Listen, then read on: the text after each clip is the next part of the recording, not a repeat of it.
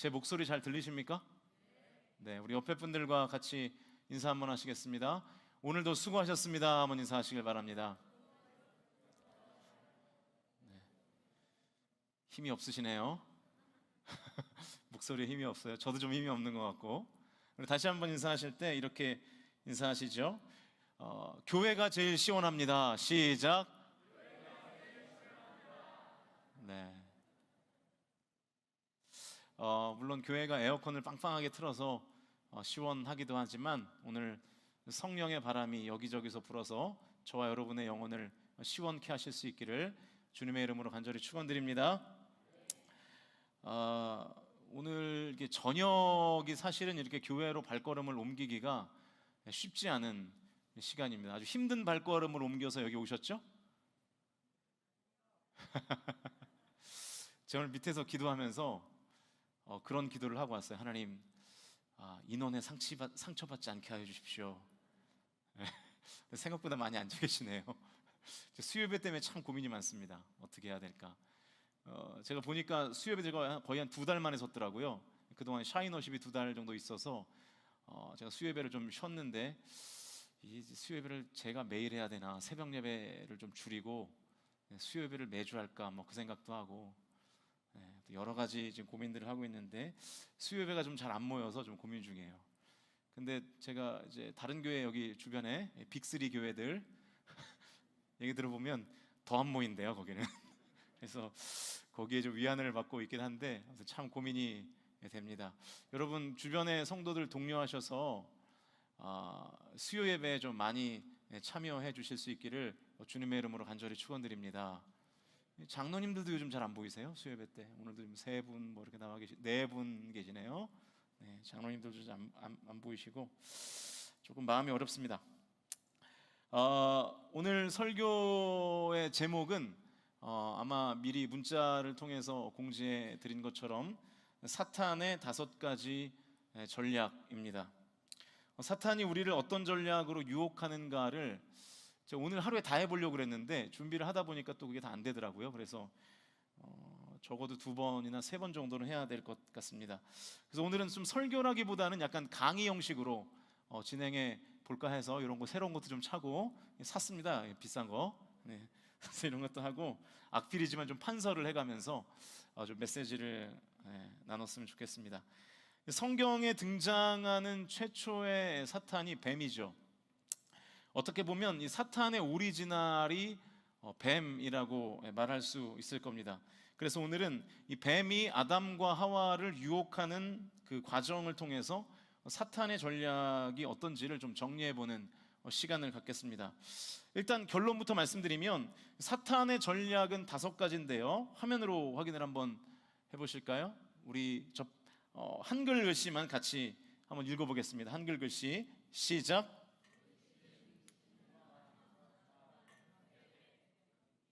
잘 안 보이시죠? 네. 그 화면을 어둡게 제가 만든 건데 화면을 어둡게 만들어 놔가지고 아마 잘 안 보이실 것 같은데 사단의 5가지 전략, 그러니까 이 창세기 3장에 나오는 이 사단의 5가지 전략은 첫 번째가 뭐라고요?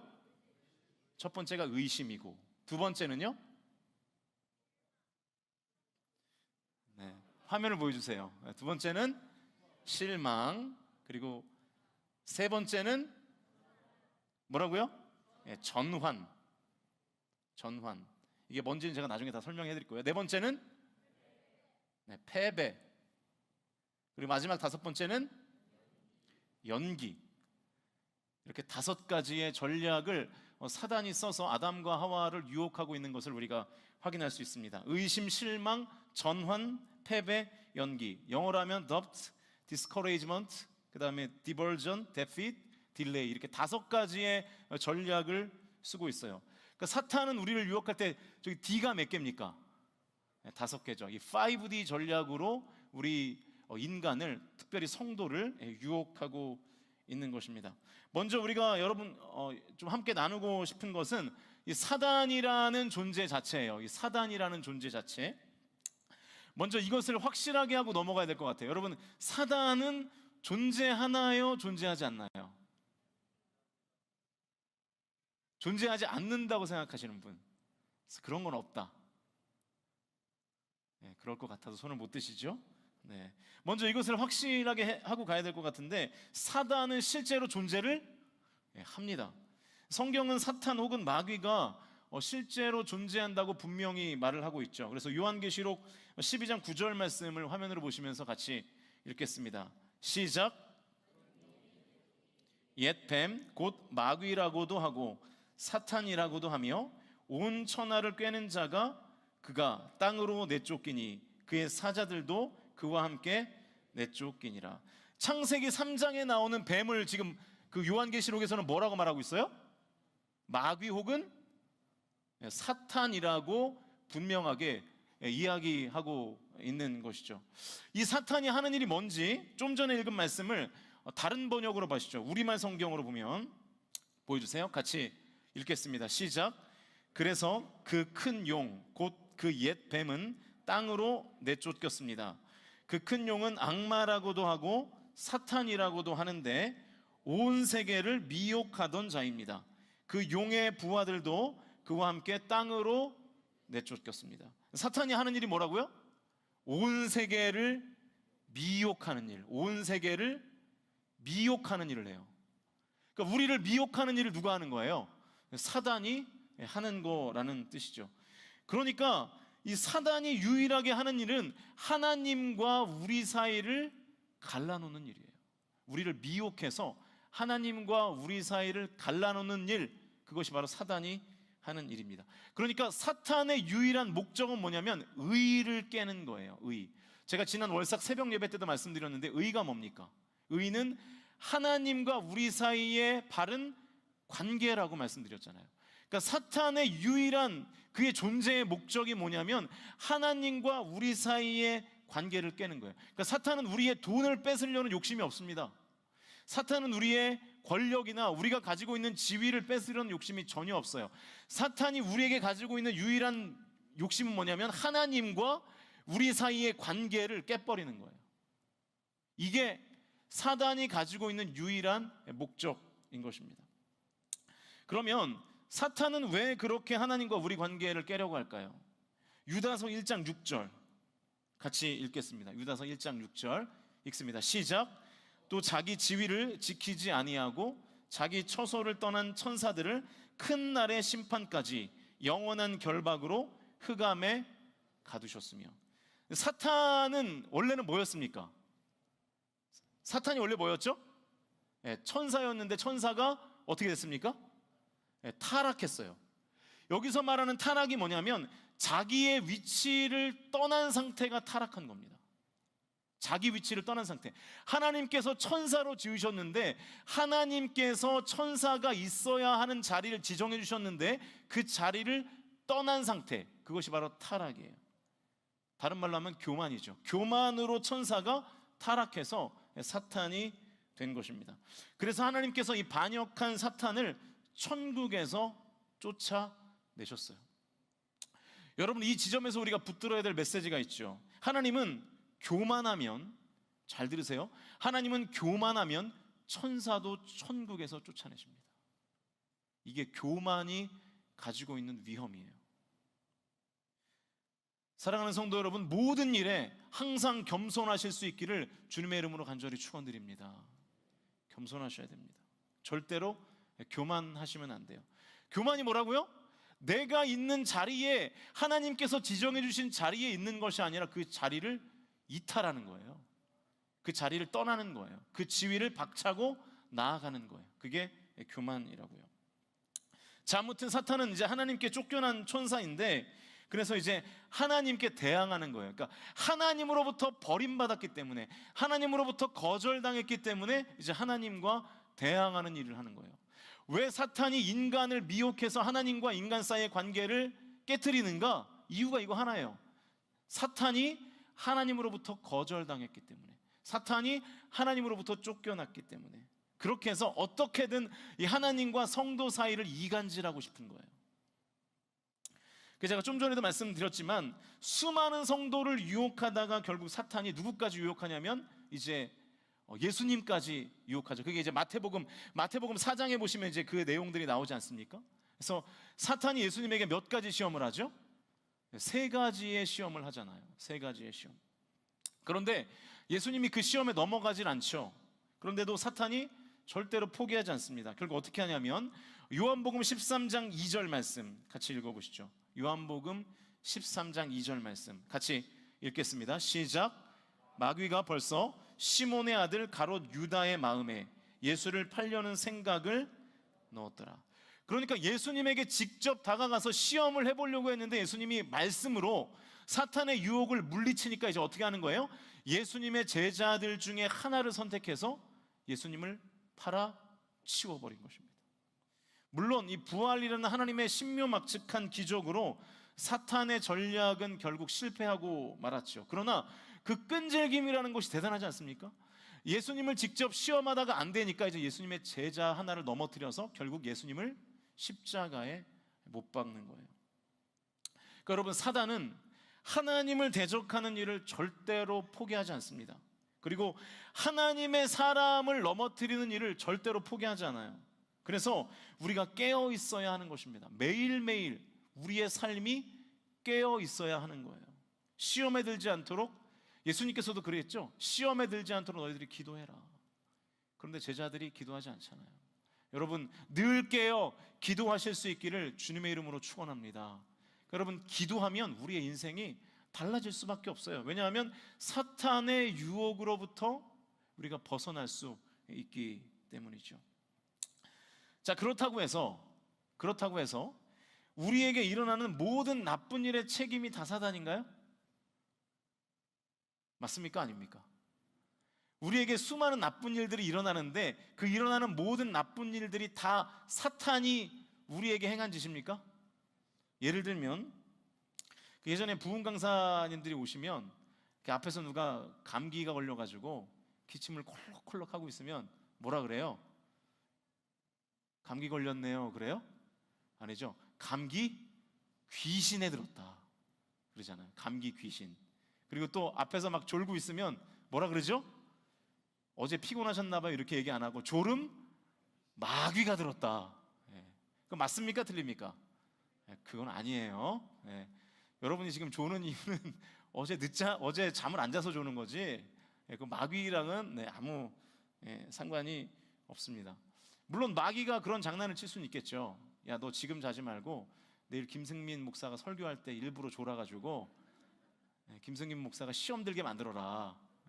네가 설교를 얼마나 못하는지 그걸 보여줘라. 뭐 이렇게 얘기할 수는 있겠지만 그게 아니라 그러면은 그거는 여러분이 여러분의 수면 관리를 잘 못해서 그런 거지 마귀하고는 아무 상관이 없습니다. 그러나 모든 일을 그렇게 보이지 않는 세력의 일로 몰아가는 것은 좋지 않다는 거예요. 그러나 또 한편으로는 분명히 사탄과 마귀는 존재해서 우리의 삶을 유혹한다는 것입니다. 예를 들면 쓰나미는 하나님의 심판이다, 뭐 코로나가 하나님의 심판이다, 이렇게 얘기하는 것은 조금 어폐가 있죠. 성경적이지 않습니다. 너무 음모론적이잖아요. 하나님이 쓰나미가 내가 너에게 주는 심판이다라고 말하신 적이 없잖아요.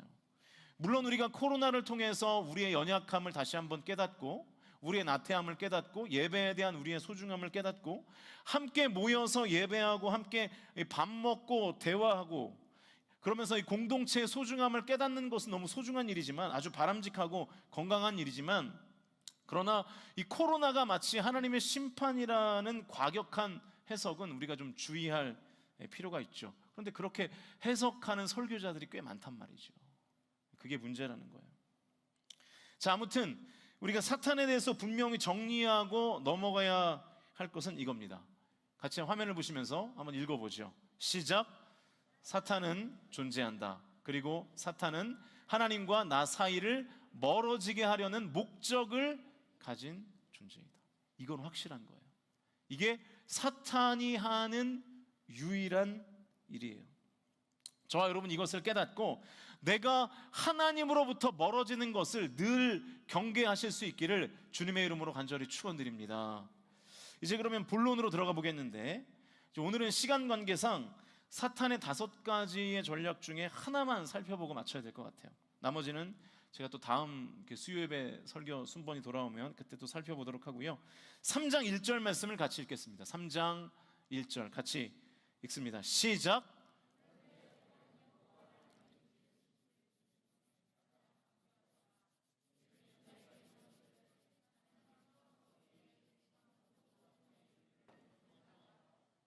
자, 3장 1절을 보시면 접속사가 하나 나오는데 뭘로 시작하고 있습니까? 네, 그런데로 시작하고 있죠. 그런데 여러분, 왜 3장 1절에 이게 왜 있을까요? 그런 생각 한 번도 안 해보셨죠? 창세기를 많이 숱하게 읽으셨을 텐데 왜 3장 1절이 그런데로 시작할까요? 3장 1절이 그런데로 시작하는 이유는 제가 이 그런데라는 접속사의 의미를 좀 찾아봤어요. 이렇더라고요. 한번 보여주세요. 같이 한번 읽어볼까요? 시작. 앞의 말을 관련시키면서 다른 방향으로 이끌어 나가거나 상반된 내용으로 이끌 때 쓰이는 접속 부사. 이게 그런데 역할이에요. 그러니까 창세기 1장과 창세기 2장에서 창세기 1장에서는 이제 세상과 아담이 창조됐어요. 그리고 2장에서는 하와가 창조되거든요. 여기까지는 분위기가 아주 좋았습니다. 모든 것이 평안했고 모든 것이 다 좋았어요. 완벽한 공간이었어요. 에덴 동산이. 2장 24절과 25절 말씀을 보시죠.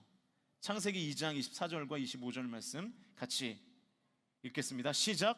이러므로 남자가 부모를 떠나 그의 아내와 합하여 둘이 한 몸을 이룰지로다. 아담과 그의 아내 두 사람이 벌거벗었으나 부끄러워하지. 아담과 하와가 결혼하는 장면인데 얼마나 기쁜 날입니까, 여러분? 결혼식만큼 기쁜 날이 어디 있어요? 그죠? 안 기쁘셨나 봐요, 결혼식이? 네, 기쁘셨죠?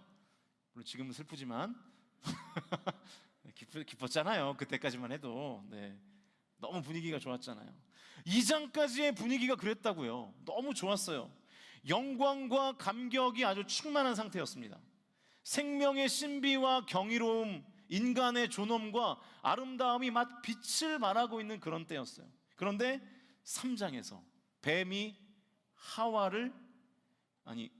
이제 하와를 유혹하기 시작하는 거예요. 그 3장이 시작하는 그때부터 이 그런데라는 접속 부사가 붙어 있는 거예요. 여러분, 사탄이 등장하니까 분위기가 바뀌어요. 뉘앙스가 바뀝니다. 방향이 완전히 반대로 바뀌기 시작하는 거예요. 여러분, 기억하십시오.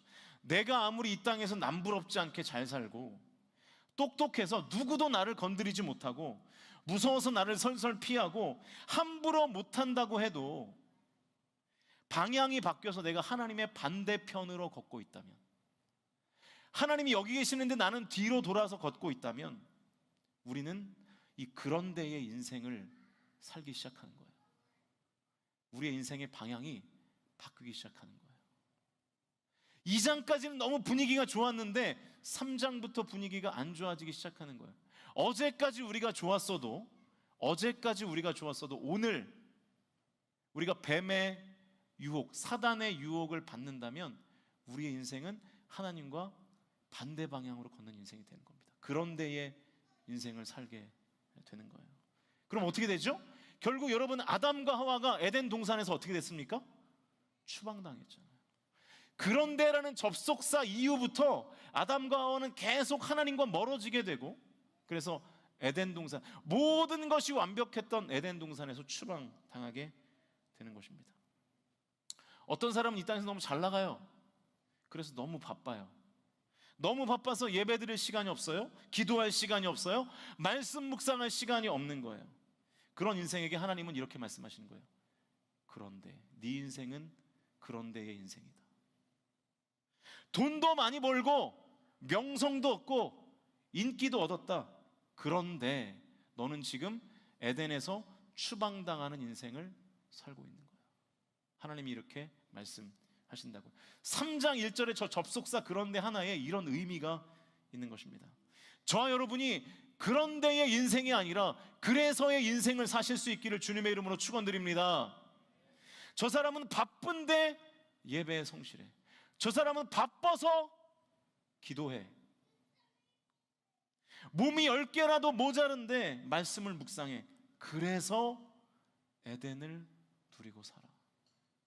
이런 인생이 되실 수 있기를 주님의 이름으로 축원드립니다. 저와 여러분이 언제나 에덴에서 하나님의 안전케 하심을 누리며 사실 수 있기를 주님의 이름으로 간절히 축복합니다. 자, 이제 사단의 첫 번째 전략을 이제 비로소 살펴볼 건데 3절과 4절 말씀에 사단의 첫 번째 전략이 숨어 있습니다. 우리 3절 말씀을 다시 한번 같이 읽어보죠. 같이 읽겠습니다. 시작. 동산 중앙에 있는 나무의 열매는 하나님의 말씀에 너희는 먹지도 말고 만지지도 말라 너희가 죽을까 하노라 하셨느니라. 뱀이 지금 하와에게 묻고 있는 거예요. 하나님이 너에게 정말로 동산에 있는 모든 나무의 열매를 먹지 말라 그랬느냐? 그러니까 하와가 대답하죠. 동산 중앙에 있는 나무의 열매만 먹지 말라고 하셨다. 그것을 먹으면 죽을까 하노라. 죽을지도 모른다 이렇게 말씀하셨다. 하와의 이 얘기를 듣고 곧 뱀이 다시 대답을 하는데 4절을 보시죠. 4절 같이 읽겠습니다. 4절 읽습니다. 시작. 뱀이 여자에게 이르되 너희가 결코 죽지 아니하리라. 뭐라 그래요? 하나님이 분명히 하와에게 아담에게 얘기하셨죠. 아담에게 죽을 것이다 이렇게 말했는데 뱀은 지금 뭐라고 말하는 거예요? 아니야, 안 죽을 거야 이렇게 말하는 거예요. 그 열매를 먹어도 너희가 결코 죽지 않을 거야 라는 말을 통해서 지금 이 뱀이 하와에게 지금 뭘 심고 있는 겁니까? 말씀에 대한 의심을 심고 있는 거예요. 의심. 하나님의 말씀이 틀린가? 하나님의 말씀이 사실이 아닌가? 이렇게 지금 의심을 심고 있는 것입니다. 이게 사단의 첫 번째 전략이에요. 우리에게 의심을 심는 거예요. 하나님의 말씀이 진리가 아닐 수도 있다는 생각을 우리의 머릿속에, 우리의 마음속에 집어넣는 거예요. 이게 사단의 전략입니다. 우리를 유혹하는 첫 번째 사단의 전략, 의심입니다. doubt. 하나님의 말씀이 진리가 아닐 수도 있다라는 의심, 이 틈이 생기면 사단이 그 틈을 기어이 비집고 들어와서 우리의 인생을 하나님으로부터 단절시켜 놓는 것입니다. 이사야 40장 8절 말씀 같이 읽어보시죠. 시작. 풀은 마르고 꽃은 시드나 우리 하나님의 말씀은 영원히 서리라 하라. 여러분, 하나님의 말씀은 어제나 오늘이나 앞으로 영원히 절대로 변하지 않는 것을 믿으실 수 있기를 주님의 이름으로 축복합니다. 하나님의 말씀은 절대로 변하지 않습니다. 어저께도 동일하셨고 오늘도 동일하시고 내일도 동일하실 것이고 10년 뒤에 20년 뒤에 30년 뒤에 100년 뒤에도 동일하실 거예요. 사랑하는 성도 여러분, 이 세상의 모든 것이 다 변해도, 이 세상이 개벽해도 하나님의 말씀은 변하지 않는 영원한 진리인 것을 믿으실 수 있기를 주님의 이름으로 축복합니다. 그래야 이 믿음이 있어야, 하나님의 말씀이 변하지 않을 것이라는 믿음이 있어야 의심이 우리 안에 생기지 않고 그 의심이라는 틈으로 사단의 전략이 계속해서 먹히지 않는 것입니다. 여러분, 하와가, 이것만 보고 마칠 텐데, 하와가 왜 의심이라는 사단의 첫 번째 전략에 넘어갔을까요? 말씀에 대한 확신이 없기 때문이에요. 동산 중앙에 있는 나무 열매를 먹으면 분명히 죽게 될 것이라는 이야기를 하와는 누구에게 들었죠? 아담에게 들었어요. 하나님에게 직접 듣지 않았어요. 하나님이 아담에게 말씀하셨고 아담이 하와에게 그 이야기를 전해줬죠. 그런데 지금 하와의 눈앞에서 뱀이 직접 사람의 말을 하는 거예요. 뱀이 사람의 말을 해요. 하와랑 소통을 하는 거예요. 언어로, 사람의 언어로. 뱀이 사람의 말을 하는데 실제인 거예요. 너무 신기한 일이었겠죠, 하와에게. 지금 내 눈앞에서, 하와의 눈앞에서 지금 뱀이 보이잖아요. 게다가 내가 알아들을 수 있는 말을 하는 거예요. 그러니까 뱀의 말이 더 확신이 들었겠죠. 전해들은, 아담을 통해서 전해들은 하나님의 말씀은 뭔가 잘 아리까리하고, 지금 내 눈앞에서 말하고 있는 이 뱀의 말은 너무 신기한 이 광경이 나에게 사실로 다가오고 있는 것입니다. 여러분, 인생에는요 두 가지가 있어요. 첫 번째는 사실이 있고요, 또 하나는 진실이 있습니다. 진실. 사실인데 진실이 아닐 수 있어요. 여러분, 보이는 사실에 속지 마십시오. 사실이 전부 진실인 것은 아닙니다. 오직 진실은 영원히 변하지 않는 하나님의 말씀만 진실인 줄로 믿으실 수 있기를 주님의 이름으로 축원드립니다. 이런 거예요. 실제로 있었던 일인데 저도 전해 들은 얘기인데요. 서울의 한 대학에서 실제로 있었던 일이래요. 이 총학생회가 있지 않습니까? 학교마다 등록금 인상에 반대를 하면서 이제 수업을 거부하면서 이제 총장실을 막 점거한 거예요. 이제 뭐 데모를 하니까 교수들도 대책이 없는 거죠. 그날도 이제 학생들이 총장실을 점거하고 있는데 제가 아는 한 교수님이 이 비싼 등록금을 냈는데 수업에 들어가지 않는 학생들이 너무나 이렇게 안타까워 보이는 거예요. 너무 안타까운 마음이 들더래요. 총장실을 이렇게 지나가는데. 그래서 그 학생들에게 다가가서 이렇게 얘기했대요. 얘들아, 나 목사인데, 나 교수지만 나 목사인데 너희들을 위해서 간절히 기도해주고 싶다. 그리고 너희들의 얘기를 좀 들어보고 싶다. 그러셨다는 거예요. 그래서 그 학생을 찾아가서 그 학생들을 위해서 간절히 기도하고 또 같이 간담회를 하고 그러면서 이제 조금씩 접점을 총학생회와 그리고 학교 이렇게 지도부와 이렇게 적절한 접점을 찾아가고 있는 가운데 있었습니다. 그런데 어느 날 모 신문의 한 교수가 학교 그 잔디 광장에서 무릎을 꿇은 채 손을 이렇게 하늘 위로 뻗고 우는 모습이 신문에 난 거예요. 그리고 헤드라인에 이렇게 되어 있었습니다. 땡땡땡 교수가 학생들의 등록금 인상 반대 데모에 동참하고 있다. 여러분, 이 기사는 사실입니까? 아닙니까? 사실이에요. 그 교수가 실제로 그렇게 했어요.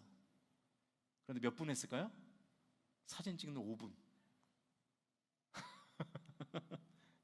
실제로 그 문제를 풀어간 분은 그 아이들을 위해서 기도해주고 그 아이들과 간담회를 하면서 총장과 연결해주고 했던 그 교수님이었어요. 그런데 이 교수는 그냥 그 사진 한 컷 찍으려고 거기서 이렇게 연기를 한 거예요. 연기를 했어도 그게 사실이잖아요. 등록금에 반대합니다 하고 사진 한 컷 찍으면 그게 사실이 되는 거잖아요. 그러나 그게 정말로 이 교수가 학생들을 위해서 등록금 인상에 반대했다는 진실은 아닌 거예요. 사실일 수 있어도 그 사실이 진실이 아닐 수는 있는 것입니다.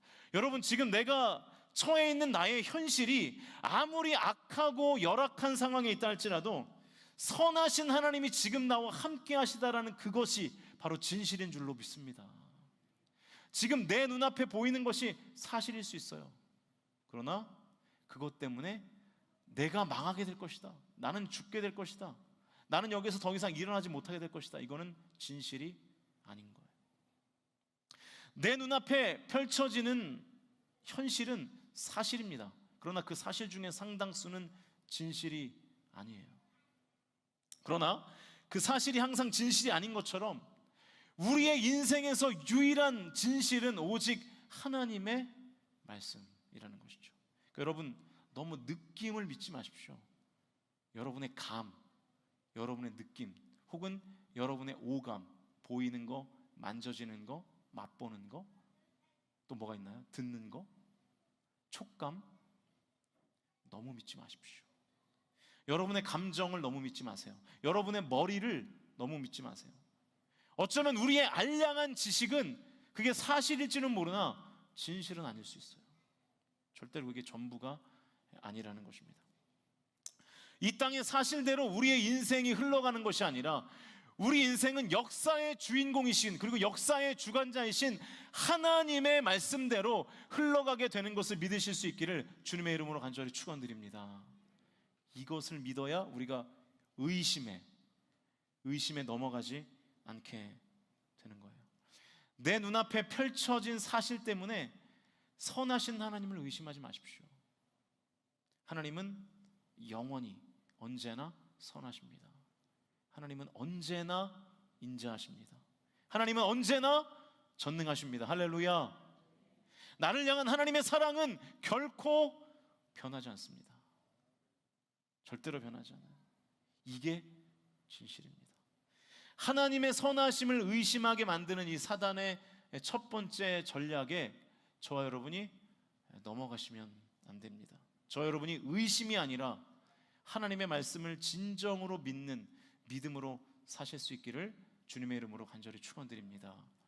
지금 여러분 눈앞의 현실이 아무리 고돼도 하나님은 여전히 내 옆에서 나의 고통에 함께 신음하시고 함께 동참하시고 그 고난을 통과할 수 있도록 함께 나와 동행하시는 그 주님의 사랑과 그 주님의 품과 주님의 은혜를 저와 여러분이 맛보아 알게 되시기를 주님의 이름으로 간절히 축원드립니다.